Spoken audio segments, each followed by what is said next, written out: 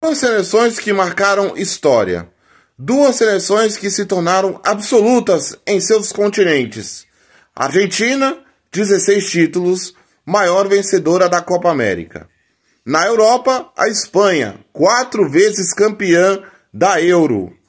Foram esses os protagonismos que tivemos neste domingo repleto de decisões no futebol mundial. Aqui neste vídeo eu vou falar sobre como foram essas conquistas, as campanhas de cada uma das duas seleções e por que elas são hoje as melhores seleções no cenário mundial.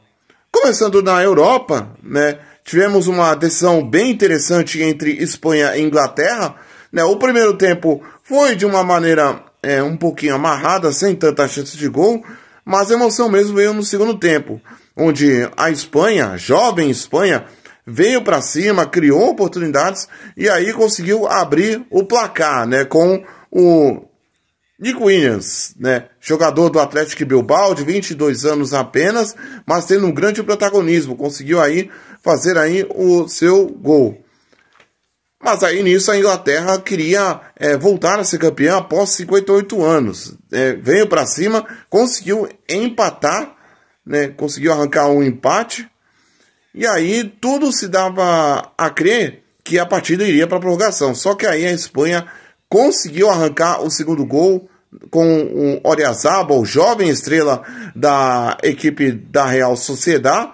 Fez ali o gol do desempate e assim sagrando a Espanha tetracampeã da Eurocopa. A seleção espanhola venceu em 64, também em 2008, 2012 e agora em 2024. A seleção espanhola nessa Eurocopa anotou 15 gols, sofreu apenas 4 e a primeira neste formato agora com 24 seleções a conseguir o título com 7 vitórias em 7 jogos, algo que a única seleção que teve 100% de aproveitamento, mas em um outro formato, foi a França em 84, onde em 5 partidas venceu as 5. Vale destacar que nessa seleção espanhola, os jovens de 16, 17 anos, como o Lamine Yamal, acabou completando recentemente, ele não sentiu o peso, não sentiu a pressão, simplesmente buscou protagonismo, veio para cima, mostrou toda a sua categoria e com certeza sai aí disparado como um dos grandes destaques e também, por que não, entra na briga da bola de ouro. Vale destacar que essa Espanha tem uma base da equipe que perdeu a final da Olimpíada de Tóquio 2021 para o Brasil. Simplesmente 6 jogadores, 7, aliás, contando com o Rodri, que se machucou, que também foi um grande destaque dessa Euro. 7 jogadores daquela decisão estavam em campo na decisão contra a Inglaterra. Então, mostra que um trabalho sendo feito a longo prazo, a ter uma continuidade, a ter um incentivo de insistir, apoiar e ver, enxergar o talento sendo bem lapidado, dá resultado no futuro. A Espanha deu uma bela lição de que dá sim para apostar em jogadores jovens, dá sim fazer com que eles sejam protagonistas, com o passar do tempo, jogando da maneira como sabem, e aí é uma lição especialmente aqui no Brasil, que temos talentos importantes, mas basta saber trabalhar bem eles, Não basta só apostar em exigir somente vitórias.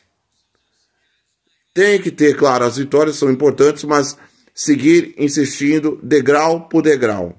É apostar sempre numa filosofia. Por isso, parabéns à seleção da Espanha. Inglaterra, infelizmente, que tem um baita talento, tem uma baita de uma seleção, eu arrisco dizer que é a geração mais talentosa, Mas, infelizmente, acabou ficando no quase, Alguns equívocos do Southgate, também alguns jogadores que se esperava demais acabaram não brilhando, como o Harry Kane, o Jude Bellingham também, Então, mais uma vez a Inglaterra fica naquela sensação do quase. E agora vamos falar da Copa América, que temos a soberana, que vive uma fase espetacular. Digamos que essa década é da Argentina. 4 finais seguidas, 4 títulos conquistados. Copa América em 21, finalíssima em 22, Copa do Mundo em 22 e agora a Copa do Mundo, a Copa América 2024. A seleção do Lionel Scaloni em 6 jogos, 5 vitórias, apenas 1 empate, também esteve invicta.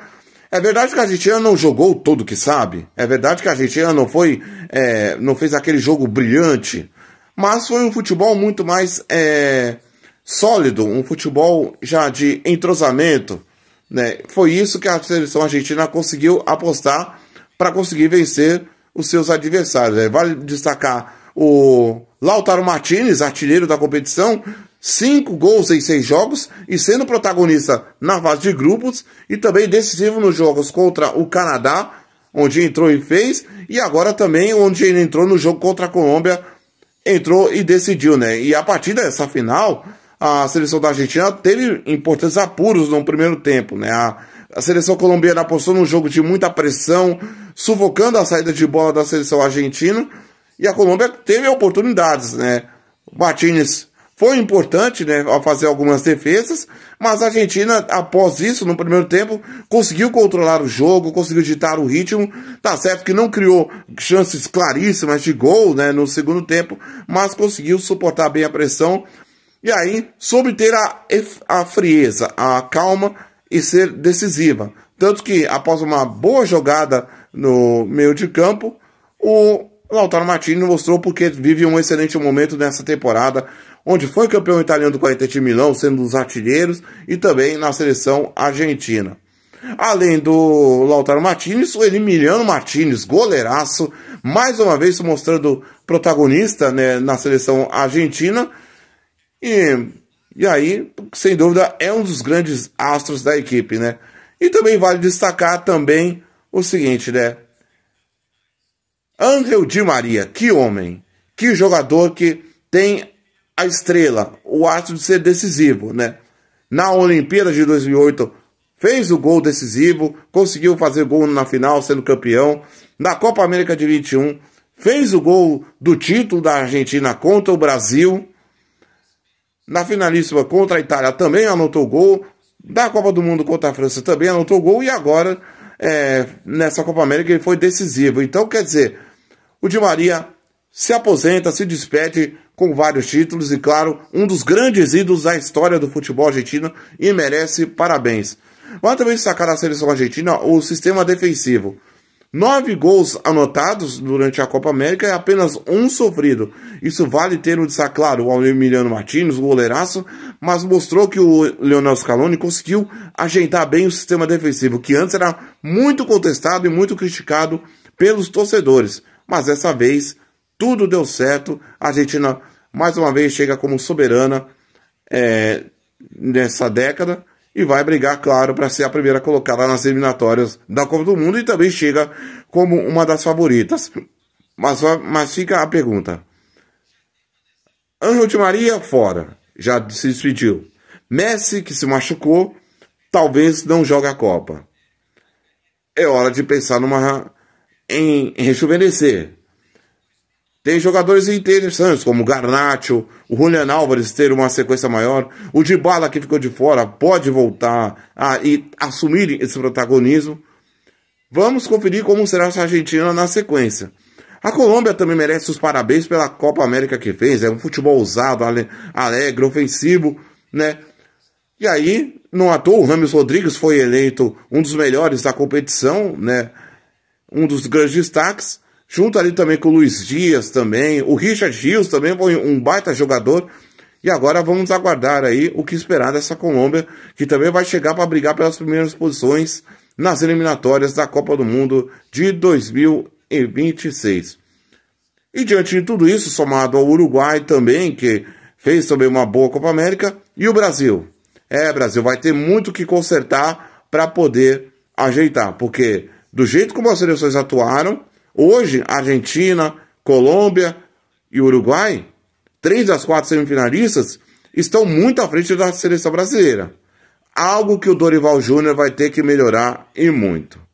É isso, forte abraço e eu vou voltar ainda aqui no nosso canal aqui do YouTube a falar tudo sobre Olimpíadas. Todo dia, com conquistas brasileiras, vou detalhar sobre como foi o desempenho dos brasileiros nas conquistas. Até mais!